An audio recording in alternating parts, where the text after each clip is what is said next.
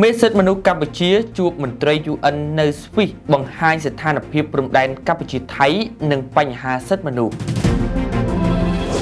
លោកទេសរដ្ឋមន្ត្រីកែវរ៉េមីប្រធានគណៈកម្មការសិទ្ធិមនុស្សកម្ពុជានៅថ្ងៃទី5ខែមីនាឆ្នាំ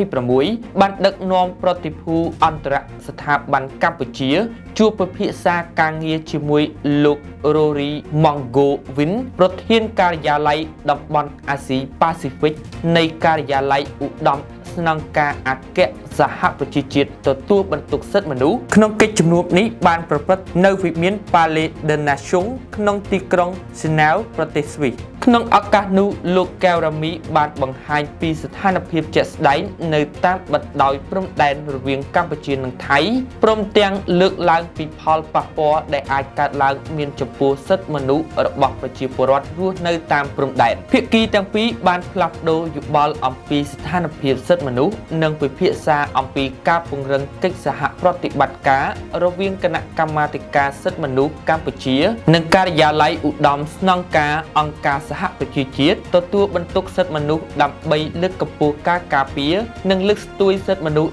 នៅក្នុងតំបន់